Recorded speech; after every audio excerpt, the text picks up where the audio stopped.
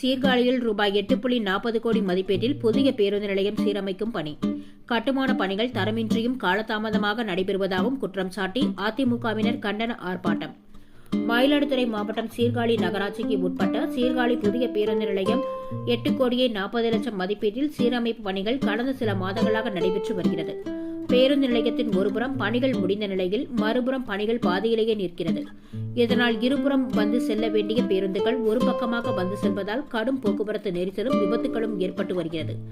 இந்நிலையில் கட்டுமான பணிகள் தரம் இன்றி நடைபெறுவதாக குற்றம் சாட்டியும் பணியை தரமாகவும் விரைந்து முடிக்க வலியுறுத்தியும் அதிமுக நகரமன்ற உறுப்பினர்கள் மற்றும் அதிமுகவினர் புதிய பேருந்து நிலையத்தின் உள்ளே கண்டன ஆர்ப்பாட்டத்தில் ஈடுபட்டனர்.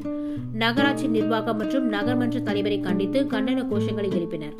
தகவல் அறிந்து வந்த சீர்காழி நகராட்சி ஆணையர் மஞ்சுளா மற்றும் நகராட்சி பொறியாளர் ஆகியோர் ஆர்ப்பாட்டத்தில் ஈடுபட்டவர்களிடம் பேச்சுவார்த்தையில் ஈடுபட்டனர்.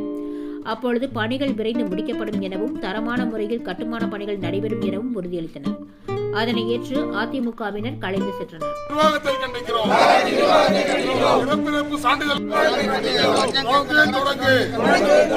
உடனடியாக புதிய பேருந்து நிலைய பணியை தொடங்கு.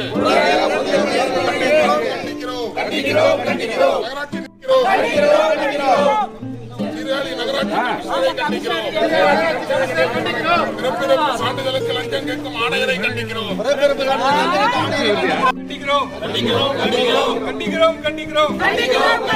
நகராட்சி சேர்மனை கண்டிக்கிறோம். நகராட்சி கட்டுமான பணியில் தொடர்ந்து ஊழல் செய்து வரும் நகராட்சி நகரமன்ற தலைவரை வன்மையாக கண்டிக்கிறோம். நகராட்சி தலைவரை கண்டிக்கிறோம். திமுகவின் திராவிட மாடல் ஊழல் ஆட்சி சீர்படுத்த வேண்டும்.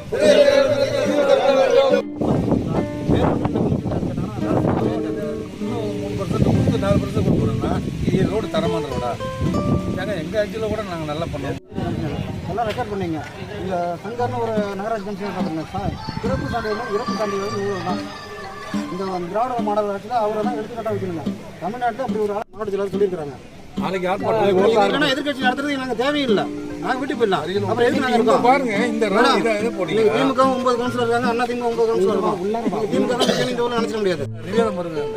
நீங்க பணம் சேங்ஷன் பண்ணி கொடுக்கல, ஒன்னும் கொடுக்கல, பணத்தை கொடுக்கல, கமிஷன் ஓப்பனா எஸ்டிமேட் கொடுத்து பேசினாரு.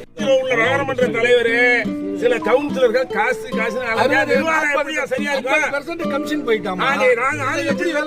சரியா இருந்தது. 20 வருஷமா இந்த ரோடு நல்லா இருந்துச்சுங்க. இதை உடச்சு இப்பயே ஜல்லி தெரியும். இந்த பக்கம் அதை உடச்சு